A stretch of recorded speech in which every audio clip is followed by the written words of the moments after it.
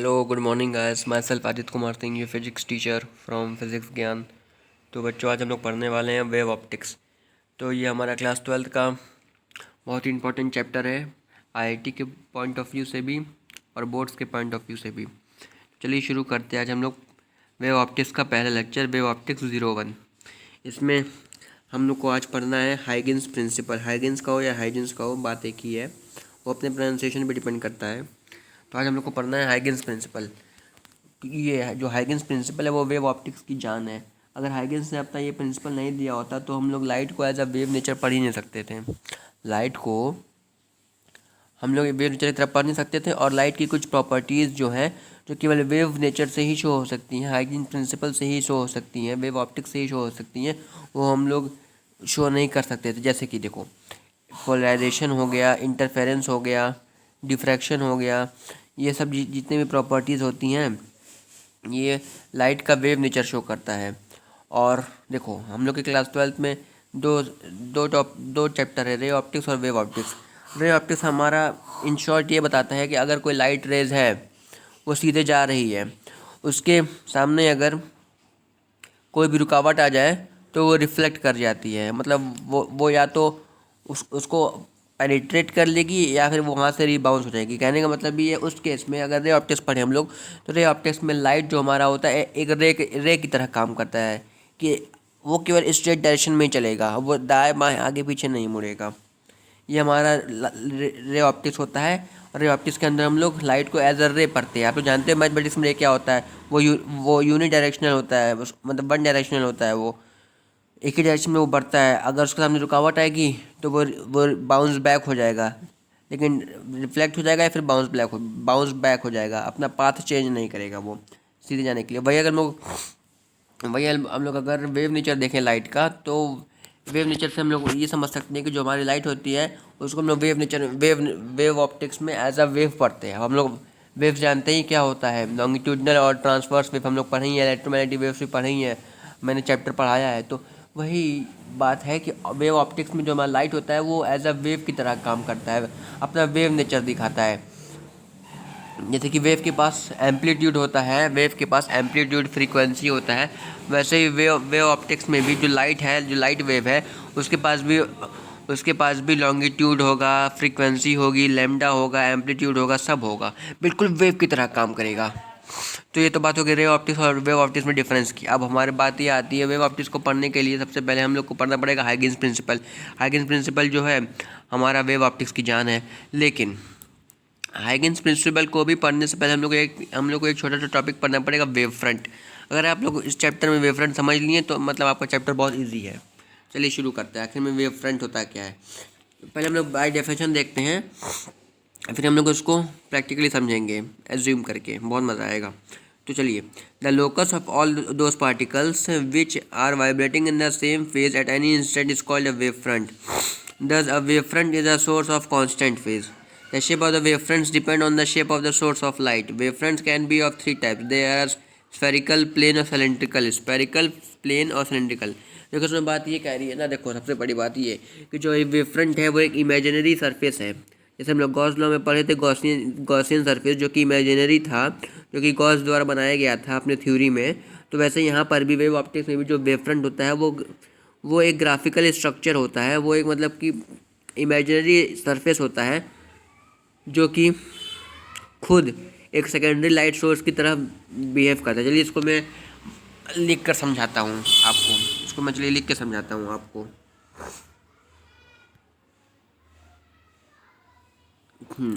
तो जैसे हम लोग अभी अभी अभी हम लोग ने पढ़ा, मान लीजिए हमारे पास एक लाइट सोर्स है। मान लीजिए हमारे पास एक लाइट सोर्स है, देखिए हमारे पास एक लाइट सोर्स है। अब ये लाइट सोर्स है, हमारा, एक मिनट, जो लाइट सोर्स है ये एमिट करेगा, ये लाइट एमिट करेगा हर डायरेक्शन में, ये लाइट एमिट करेगा। ये जो पॉइंट सोर्स है लाइट का, पॉइंट सोर्स है। और जब भी ये लाइट सोर्स, जो पॉइंट सोर्स है, वो लाइट एमिट करेगा, तो उसके आगे आने वाले जितने भी पार्टिकल्स रहेंगे, देखो हम लोग वेव ऑप्टिक्स पढ़ रहे हैं, तो वेव ऑप्टिक्स में जो हमारा लाइट सोर्स है वो लाइट को एज अ वेव के फॉर्म में निकालेगा। एज आ देखिए, एज अ वेव के फॉर्म में निकालेगा। हमारा लाइट सोर्स है जो एज अ वेव के फॉर्म में निकालेगा। तो वैसे ही, एक मिनट,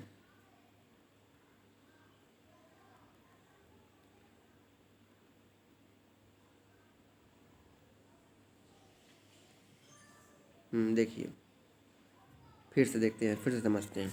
हमारे पास एक पॉइंट सोर्स है, मान लीजिए बल्ब है, BULB, बल्ब है। ये लाइट एमिट कर रहा है, ये लाइट एमिट कर रहा है, ये लाइट एमिट कर रहा है अपना, देखिए लाइट एमिट कर रहा है। अब होगा ये जो पॉइंट सोर्स है, क्योंकि हम लोग वेव ऑप्टिक्स पढ़ रहे हैं, तो ये पॉइंट सोर्स है जो लाइट को एमिट करेगा, वेव के फॉर्म में एमिट करेगा। और वेव क्या होती है हम लोग अच्छे से जानते हैं। साइन का ग्राफ समझ लीजिए आप लोग, साइन का ग्राफ समझ लीजिए आप लोग, साइन का ग्राफ समझ सकते हैं आप लोग। देखिए ऐसे, तो ऐसे ही जैसे ये साइन का ग्राफ है, जैसे ये साइन का ग्राफ है, बिल्कुल ठीक इसी तरह हमारा जो ये पॉइंट सोर्स है वो लाइट को एज अ वेव के फॉर्म में निकालेगा। अब होगा ये कि यहाँ से मान लीजिए एक वेव निकली, यहाँ से एक वेव निकली, मतलब लाइट निकला लेकिन वेव के फॉर्म में निकला। यहाँ से निकला, यहाँ से निकला, यहाँ से निकला, यहाँ से निकला, यहाँ से निकला। अब जो ये हमारा लाइट वेव निकला है, मान लीजिए इस पॉइंट पे जितने भी पार्टिकल्स रहेंगे सब ऊपर रहेंगे, सेम फेज बनाएंगे। सेम फेज बनाने का मतलब ये है कि अगर फॉर एग्जांपल एक वेव में 50 पार्टिकल हैं, तो अगर वो 50 पार्टिकल अगर ऊपर है तो ऊपर ही रहेंगे, अगर नीचे है तो नीचे रहेंगे। कहने मतलब हाईएस्ट एम्पलीट्यूड में रहेंगे तो हाईएस्ट एम्पलीट्यूड में रहेंगे, अगर लोवेस्ट एम्पलीट्यूड में रहेंगे सब, तो सब एक साथ लोवेस्ट एम्पलीट्यूड में ही आएंगे। ऐसा नहीं होगा कि कुछ हाईएस्ट एम्पलीट्यूड में रह गए, कुछ लोवेस्ट एम्पलीट्यूड में रह गए, ऐसा नहीं होगा। जितने भी पार्टिकल्स मूव करेंगे वेव के फॉर्म में लाइट के, वो सेम फेज में अपना जर्नी तय करेंगे। तो अब हम लोग पढ़ना है, हम लोग को वेव फ्रंट क्या होता है हम लोग को पढ़ना है। चलिए एडजस्ट कर लेता हूँ मैं। अब हम लोग को पढ़ना है वेव फ्रंट क्या होता है। पहले तुम लोग ये समझ लिए कि एक लाइट सोर्स से, एक पॉइंट सोर्स से लाइट आखिर में निकलती किस तरह है। तो अब ये समझते हैं कि वेव फ्रंट क्या होता है और वेवलेट्स क्या होते हैं, और वेव फ्रंट को हम लोग सेकेंडरी सोर्स ऑफ लाइट क्यों कहते हैं। चलिए देखते हैं हम लोग। यहाँ कुछ गड़बड़ी हो गई थी, एक बार देखते हैं, एक मिनट।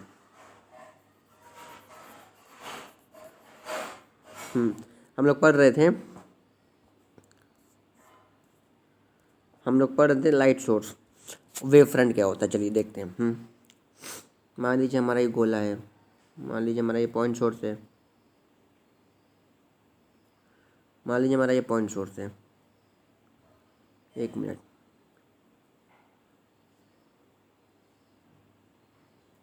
मान लीजिए हमारा ये पॉइंट सोर्स है। अब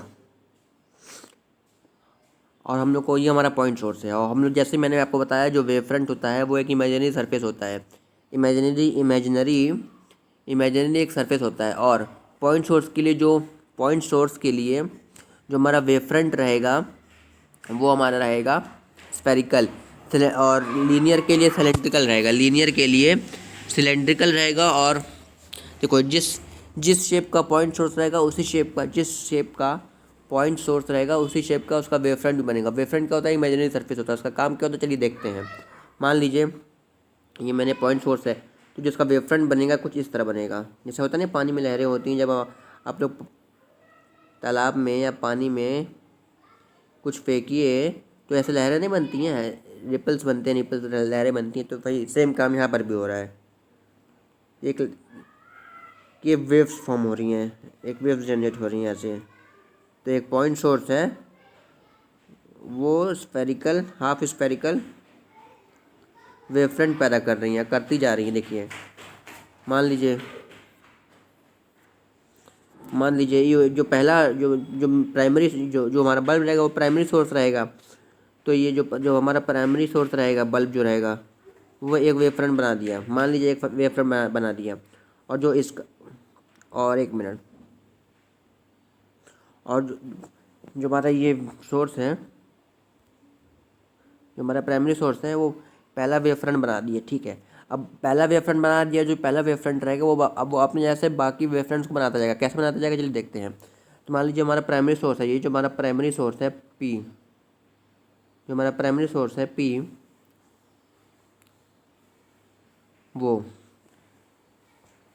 पहला वेव फ्रंट बना दिया ये वाला। अब जो पहले वेव फ्रंट का जो ये पहला पार्टिकल होगा, जो ये पहला पार्टिकल होगा, जो पहले जो मान लीजिए यहाँ पे एक पार्टिकल है पहले वेव फ्रंट का, जो ये पहला वेव फ्रंट का जो पार्टिकल होगा वो अपने आप को लाइट का सेकेंडरी सोर्स समझेगा। मतलब इसके अंदर से भी, इसके अंदर से भी ऐसे ही देखिए, जितने भी पॉइंट्स, जितने भी पार्टिकल्स रहेंगे पहले वेव फ्रंट में, वो अपने अपने आप को एक सेकेंडरी सोर्स ऑफ लाइट समझेंगे, सेकेंडरी सोर्स ऑफ लाइट समझेंगे, जो फिर लाइट एमिट करेंगे, जो फिर लाइट एमिट करेंगे, जो लाइट फिर एमिट करेंगे। फिर जो सेकेंड वेव फ्रंट बनेगा वो भी अपने आप को सेकेंडरी वेव फ्रंट समझेंगे। ऐसे करते करते लाइट ट्रैवल होगी। बेसिकली जो हाइगेंस थे ना, वो वेव कैसे ट्रैवल होती है उसको जब इसको एकदम इन डेप्थ में बताए थे, और उनके इन डेप्थ में बताने की वजह से लाइट का वेव नेचर भी होता है, ये आराम से शो हो गया था। इस थ्योरी से हम लोग, इस टॉपिक से हम लोग वेव का जो हाइगेंस का जो प्रिंसिपल है उससे हम लोग रिफ्लेक्शन और रिफ्रैक्शन भी समझ सकते हैं। देखिए वेव ट्रैवल हो रही है, हर पहला वेव फ्रंट का जो पार्टिकल है अपने को सेकेंडरी सोर्स ऑफ लाइट समझेगा, फिर वो एक नया वेव फ्रंट बनाएगा, फिर जो नया वेव फ्रंट बना रहेगा उसके जो पार्टिकल्स रहेंगे वो अपने आप को सेकेंडरी, वो अपने आप को सेकेंडरी सोर्स ऑफ लाइट मानेंगे। ऐसे करते करते, ऐसे करते करते, ऐसे करते करते पूरा वेव ट्रांसफ़र हो जाएगा, पूरा वेव ट्रांसफ़र हो जाएगा, पूरा वेव प्रोपोगेट कर जाएगा एक ही डायरेक्शन में, पूरा वेव प्रोपोगेट कर जाएगा एक ही डायरेक्शन में। चलिए हम लोगों ने वेव फ्रंट तो पढ़ लिया, अब हम लोग पढ़ते हैं कि आखिर में आगे का टॉपिक क्या है। तुमने वेव ऑप्टिक्स पढ़ लिया, वेव फ्रंट पढ़ लिया, वही वेव फ्रंट। अब वेव फ्रंट समझने के बाद हम लोग उसका डेफिनेशन फिर से देखते हैं एक बार। लिखा है the locus of all those particles which are vibrating in the same phase. भाई द पोजीशन, लोकस मतलब position, the position of all those particles which are vibrating in the same phase at any instant is called wave front. वही कह रहा है कि wave front जब जो हमारा प्राइमरी सोर्स ऑफ लाइट है उसमें से जब पार्टिकल्स निकलेंगे, जो पार्टिकल्स निकलेंगे सेम फेज में दौड़ेंगे। या तो अगर उनका एम्पलीट्यूड हाई रहेगा तो सारे पार्टिकल्स का एम्पलीट्यूड हाई रहेगा, अगर लो होना होगा तो सारे पार्टिकल्स का एम्पलीट्यूड लो एक साथ ही होगा, आगे पीछे नहीं होगा। तो वही लिखा है दस the wave front is a surface of a constant phase. जो हमारा वेव फ्रंट होता है वो एक इमेजिनरी सरफेस होता है जिसका जो फेज़ है वो कांस्टेंट रहता है। कहने का मतलब हर एक वेव फ्रंट के हर एक पार्टिकल्स का जो फेज़ होता है, मतलब पोजीशन होता है, वो एक ही साथ बदलता है, एक ही साथ अनचेंज होता है। और जैसे मैंने बताया था, जिस टाइप का प्राइमरी सोर्स रहेगा लाइट का, उसी टाइप का उसका वेव फ्रंट भी बनेगा। जो स्पेरिकल वेव फ्रंट बनेगा पॉइंट सोर्स के लिए, सिलेंड्रिकल जो वेव फ्रंट बनेगा वो हमारा लीनियर सोर्स ऑफ लाइट की वजह से बनेगा। जैसे हमारा ट्यूबलाइट हो गया, जैसे हमारा ट्यूबलाइट हो गया वो सिलेंड्रिकल वेव फ्रंट बनाएगा। और जो हमारा बल्ब हो गया एलईडी बल्ब, वो हमारा स्पेरिकल वेव फ्रंट बनाएगा। अब वेव फ्रंट के बारे में चलिए कुछ और जानकारी देख लेते हैं हम लोग। लिखिए, जैसे लिखा है the speed with which the wave front moves outward from the surface is called the phase speed. वही कह रहा है कि जिस स्पीड से वेव फ्रंट आगे ट्रैवल करता है, जिस स्पीड से वेव फ्रंट, देखिए जिस स्पीड से वेव फ्रंट आगे ट्रैवल करता है उस स्पीड को हम लोग कहते हैं phase speed. The path along which the light travel is called the ray of light. मतलब जो लाइट का रे है ना, जो लाइट का रे है, the path along which the light travel is called the ray of light. वही कह रहे हैं जो लाइट का जो रे है, जो लाइट एमिट हो रही है वो वेव फ्रंट की डायरेक्शन में ही एमिट होती है। The direction of light rays are always perpendicular to the wave front and in outward direction from the surface. देखो उसमें ये कह रहा है, देखिए कि जो हमारा जो एरो बने हैं वो लाइट रेज है, और जो हमारा वेव फ्रंट है ये प्लेन वेव फ्रंट है, क्योंकि ये पोलराइज लाइट से निकला है तो ये प्लेन वेव फ्रंट है। तो वही ये कह रहा है कि जो लाइट का रेज एमिट होता है और जो वेव फ्रंट होता है एक दूसरे के परपेंडिकुलर होते हैं, 90 डिग्री पे होते हैं, ये एक दूसरे से हमेशा ये 90 डिग्री बनाते हैं। तो बात आती है हाइगेंस प्रिंसिपल आखिर में था क्या, चलिए इसको समझ लेते हैं। लिखा था Huygens principle is essentially a geometrical construction which gives the shape of the wave front at any time allow us to determine the shape of a wavefront at later time according to Huygens principle। अब यहाँ से Huygens principle शुरू होता है। Every point on a wavefront behave like a light source and emit the secondary wavelets. The secondary wavelets spread in all directions in space with the velocity of light. Envelope of a wavefront of a secondary wavelets after the given time along forward direction gives the new position of a wavelength. देखो कहने का मतलब ये है, जो ये दोनों point हैं, ये दोनों पॉइंट ये कहना चाहते हैं हमारे, जैसे मैंने आपको बताया था कि जब भी कोई प्राइमरी सोर्स ऑफ लाइट रहेगा वो अपने अंदर से पहला वेव फ्रंट बनाएगा, पहला वेव फ्रंट दूसरा वेव फ्रंट बनाएगा, दूसरा वेव फ्रंट तीसरा वेव फ्रंट बनाएगा। ऐसे करते करते लाइट भी प्रोपोगेट होगी और वेव फ्रंट भी बनता जाएगा। उसमें ही लिखा है every point on a wave front be F. वही मैंने कहा था कि मान लीजिए एक प्राइमरी सोर्स ऑफ लाइट है, वो अपने अंदर से एक पहला वेव फ्रंट एमिट कर दिया, और जो उस पहला वेव फ्रंट का जो के अंदर जो माइक्रोस्कोपिक पार्टिकल्स रहेंगे वो खुद अपने आप को एक सेकेंडरी लाइट सोर्स की तरह मानेंगे और वो फिर लाइट एमिट करेंगे। इस तरह से देखो मैक्रोस्कोपिक लेवल पे देखा जाए, छोटी दुनिया में ही अगर माइक्रोस्कोपिक लेवल पे भी देखा जाए तो पहला वेव फ्रंट दूसरे वेव फ्रंट को बना रहा है, पर पहला वेव फ्रंट दूसरे वेव फ्रंट को बना कैसे रहा है वही इसमें लिखा है पहले पॉइंट पे कि every point on a wave front, मतलब पहले वेव फ्रंट के जो हर एक पॉइंट है छोटे छोटे, वो खुद अपने आप को एक लाइट सोर्स की तरह मान रहे हैं और लाइट एमिट कर रहे हैं। इस वजह से एक पूरा वेव फ्रंट छोटे छोटे पार्टिकल्स से मिलकर बना है, तो हर छोटे पार्टिकल्स अपने आप को एक सेकेंडरी सोर्स ऑफ लाइट मान रहे हैं, तो हर पार्टिकल अपने अंदर से लाइट एमिट करेगा तो एक पूरा वेव फ्रंट तैयार हो जाएगा। तो वही कह रहा है कि एक वेव फ्रंट पूरा दूसरा वेव फ्रंट तैयार कर देता है। किस तरह से तैयार कर देता है, ये हमारे पहले पॉइंट पे लिखा है कि every point on a wave front behaves like a light source and emits a secondary wavelets. The secondary wavelets spread in all direction in space with the velocity of light. भाई जो secondary wavelet रहेगा वो फिर से velocity light की speed से भागेगा space में, और फिर तीसरा बनाएगा, चौथा बनाएगा, पांचवा, ऐसे करते करते अपने आप को रेप्लिकेट करते जाते हैं, जिस वजह से लाइट ट्रेवल होती जाती है। वही लिखा है। दूसरा पॉइंट ये है, the envelope of a wave front, the envelope of the wave front, the envelope of a wavefront of a secondary wavelets after the given time along a forward direction gives the new position of wavelength। वही कि जैसे जैसे wavefront नए नए wavefront बनते जाएंगे replica करके एक दूसरे का, तो वैसे वैसे जो लाइट है वो ट्रैवल होता जाएगा, और लाइट जब ट्रैवल होगा तो लाइट को हम लोग यहाँ पे एज अ वेव माने तो वेवलेंथ भी ट्रैवल होता जाएगा। तो वह जाता है some important points related to Huygens principle. हम यहाँ पे कुछ इंपॉर्टेंट पॉइंट्स हैं जो कि हाइगेंस प्रिंसिपल से रिलेटेड है। पहला, the laws of reflection and reflection can be verified using Huygens principle. Huygens principle की मदद से, वेव ऑप्टिक्स की मदद से, वेव फ्रंट की मदद से हम लोग लॉ ऑफ रिफ्लेक्शन और लॉ ऑफ रिफ्रैक्शन को वेरीफाई कर सकते हैं। Huygens wave theory successfully explain the phenomena of interference, diffraction and polarisation. जैसे मैंने आपको वीडियो के स्टार्टिंग में कहा था कि जो हाइगेंस का वेव थ्योरी है वो बहुत ही आराम से तीन फिनोमेना है जटिल एकदम इंपॉर्टेंट और कंफ्यूजिंग, इंटरफेरेंस, डिफ्रैक्शन और पोलराइजेशन को बहुत ही आसान तरीके से समझा सकता है। तीसरा point, wavelength is inversely proportional to refractive index of the medium and directly proportional to the phase speed और wave speed of a medium. कहने का मतलब ये है, पहले तो हम लोग लाइट को एज अ वेव माने हैं इस चैप्टर में, ये बात तो क्लियर है। अब जो लाइट को हम लोग वेव माने हैं, उस वेव का जो वेवलेंथ है वो रिफ्रैक्टिव इंडेक्स के इनवर्सली प्रोपोर्शनल होता है और वेव की स्पीड के डायरेक्टली प्रोपोर्शनल होता है। मतलब जितनी स्पीड से वेव ट्रैवल करेगा उतना ही उसका वेवलेंथ बढ़ेगा। कहने का मतलब जितना ज़्यादा वेव की स्पीड रहेगी उतना ज़्यादा उस वेव का वेवलेंथ रहेगा। और जितना डेंसर मीडियम में लाइट ट्रैवल करेगी, जैसे पानी से अगर हवा से लाइट पानी में आ रही है तो हवा रेयरर मीडियम हो गया, पानी डेंसर मीडियम हो गया।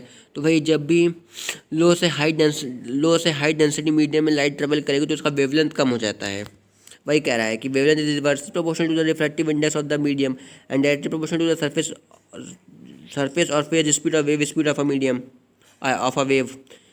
तो वही लिखा है। चौथा point, as a frequency is the characteristics of the source, therefore frequency is equal to 1/t remains the same as light travel from 1 million to another। कहने का ये मतलब यह है कि जो वेव का फ्रीक्वेंसी होता है वो इस बात पे डिपेंड करता है कि वो जो वेव है वो कहाँ से निकला है। मान लीजिए एक मशीन है, मान लीजिए एक इमेजिनरी चीज़ बता रहा हूँ, मान लीजिए एक मशीन है, वो 50 हर्ट्ज़ का एक वेव बना रही है, 50 हर्ट्ज़ का एक वेव बना रही है। तो जो 50 हर्ट्ज़ का जो वेव बनाएगी, 50 हर्ट्ज़ उसकी फ्रीक्वेंसी हो गई, 50 हर्ट्ज़ फ्रीक्वेंसी की एक वेव बना रही है एक मशीन। तो उस वेव को तुम चाहे किसी भी मीडियम में रख दो, किसी चीज़ से भी टकरा दो, उसका जो फ्रीक्वेंसी है वो अनचेंज रहेगा, वो चेंज नहीं होगा। 50 अगर ओरिजिन से 50 हर्ट्स बन के निकले तो 50 हर्ट्स बन के ही वो चलेगी। वही लिखा है frequency is the characteristics of the source, मतलब जो फ्रीक्वेंसी होता है लाइट का या वेव का वो सोर्स पे डिपेंड करता है। Therefore frequency is equal to 1/t remains the same as light travel from one medium to another, मतलब एक मीडियम से अगर दूसरे मीडियम में हम लोग जाएंगे तो फ्रीक्वेंसी चेंज नहीं होती है लाइट की, ना ही वेव की। तो बच्चों आज तक कितना ही था, और पढ़ाऊँगा तो वीडियो लंबी हो जाएगी। नेक्स्ट पार्ट मैं कल ही ले आऊँगा। तो आई होप आप लोग को ये वीडियो पसंद आया होगा।